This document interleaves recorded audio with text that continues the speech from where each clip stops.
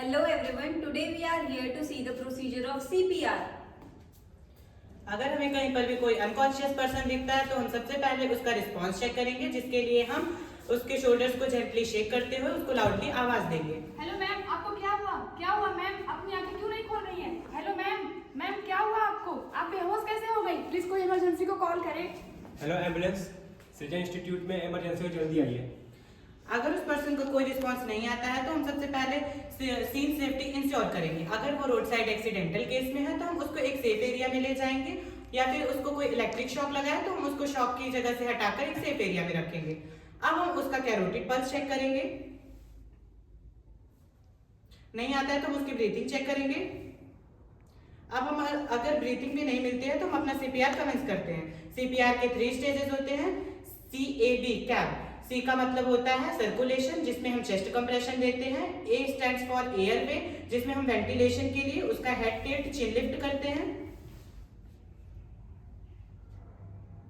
अगर उसके फेस में कोई सीवियर इंजरी, ट्रॉमा या ड्राउनिंग होती है तो हम उसको हेड टिल्ट या चिन लिफ्ट ना देकर उसको हम जॉ थ्रस्ट करते हैं, जिसमें हम 4 फिंगर्स अपनी दोनों हाथों की उसके नीचे लोअर जॉ की लोअर रामी को अपवर्ड करते हैं जेंटली।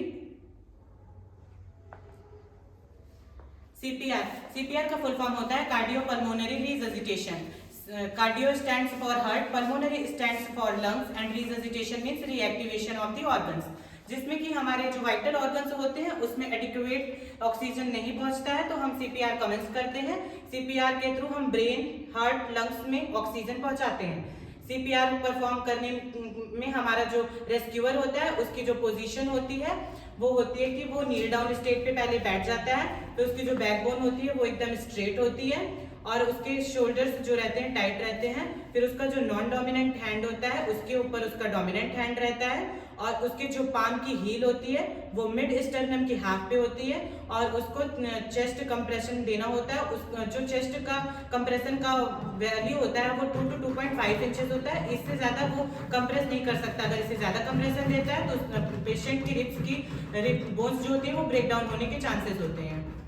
ब्रीथिंग हमारी जो होती है, ब्रीथिंग 2 टाइप्स की होती है, या फिर हम उसको माउथ टू माउथ ब्रीथ देते हैं या फिर हम उसको अम्बू बैग से ब्रीथिंग देते हैं। अम्बू का फुल फॉर्म होता है आर्टिफिशियल मैनुअल ब्रीथिंग यूनिट। इससे हम सीपीआर में ऑक्सीजन प्रोवाइड करते हैं। इसका इन्वेंशन 1953 में हुआ था और इसका डिजाइन 1956 में हुआ था। डॉक्टर रूबिन ने इसकी डिजाइन की हुई थी।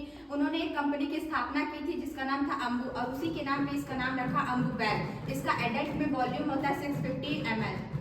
1% 2 मिनट के लिए चेस्ट कंप्रेशन देना है वो देता है, वो कंटिन्यूअसली चेस्ट कंप्रेशन नहीं दे सकता है, वो थक जाता है। इसलिए हमें सीपीआर कंडक्ट करते वक्त 2 या 2 से अधिक लोग होने चाहिए जो कि अपनी पोजीशन चेंज करते रहते हैं।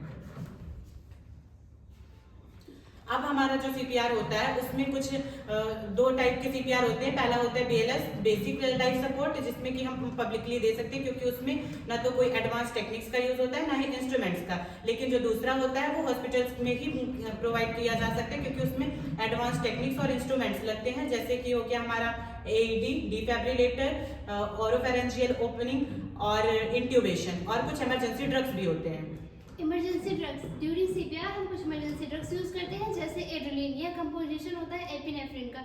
इसके अंतर्गत आते हैं हमारे वैसोडायलेटर, ब्लड वेसल्स को डायलेट करते हैं, एंड सिंपैथेटिक सिंपैथेटिक नर्व को स्टिमुलेट कर देता है। डोजेस हम पेशेंट की कंडीशन को देखते हुए डोज प्रोवाइड करते हैं, बट यह यूजली माइक्रोग्राम्स में होना चाहिए। इसका मोड होना चाहिए IV, IM and subcutaneous. Indication का मतलब होता है कि यह ड्रग्स हमें कब प्रोवाइड करनी है। जब पेशेंट को किसी भी प्रकार का कोई सडन शॉक लगा हो, सडन कार्डियक अरेस्ट हो, तब यह ड्रग्स प्रोवाइड करनी चाहिए। कॉन्ट्रा इंडिकेशन का मतलब होता है कि यह ड्रग्स हमें कब प्रोवाइड नहीं करनी चाहिए, जब पेशेंट हाइपर सेंसिटिव हो। इसके बाद आते हैं हमारा साइड इफेक्ट में हाइपरटेंशन हो जाएगा, पेशेंट के ब्लड वेसल्स इंक्रीज हो जाएंगे। डिफिब्रिलेटर, इसकी खोज 1957 में जेम्स जूट नामक वैज्ञानिक ने की थी। कार्डियक अरेस्ट की सिचुएशन में पेशेंट को इलेक्ट्रिक शॉक डिलीवर करने के लिए इसका यूज किया जाता है। इस मशीन में वेरियस टाइप की बटन होती हैं। फर्स्ट ग्रीन बटन, इससे डिफिब्रिलेटर को ऑन या ऑफ किया जाता है। सेकंड ऑरेंज बटन, उससे एनर्जी सेलेक्ट किया जाता है। थर्ड ECG का फुल फॉर्म इलेक्ट्रोकार्डियोग्राम होता है। ECG ब्लड सिलेक्शन के लिए यूज किया जाता है। इस मशीन में 2 पैडल्स होते हैं, एक अपेक्स और एक स्टर्नम पार्ट पर स्टर्नम वाले पैडल को पुट किया जाता है एंड अपेक्स वाले पार्ट पर अपेक्स वाले पैडल एक साथ बटन को रिस्टोर करने पे एक इलेक्ट्रिक शॉक डिलीवर हो जाता है।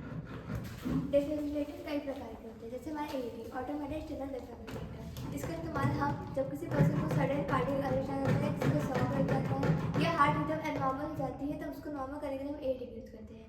AED इजीली कैरिड होता है। AED जब किसी पेशेंट को शॉक देना होता है वो खुद ही ब्रीड करके बता देता है। अब हम जानेंगे कि हमें CPR कब नहीं देना चाहिए। जब हमारा पेशेंट डेड डिक्लेयर हो जाता है तो हमें CPR देना बंद कर देना है, या जो हमारा रेस्क्यू टीम वहाँ पे आ जाती है तो हमें CPR देना बंद कर देना है, या जो हमारा रेस्क्यूअर है वो थक जाता है तो हमें CPR देना बंद कर देना है, या जो हमारे वाइटल ऑर्गन्स हैं वो वापस से वर्क करना स्टार्ट कर दे तो हमें CPR देना बंद कर देना है।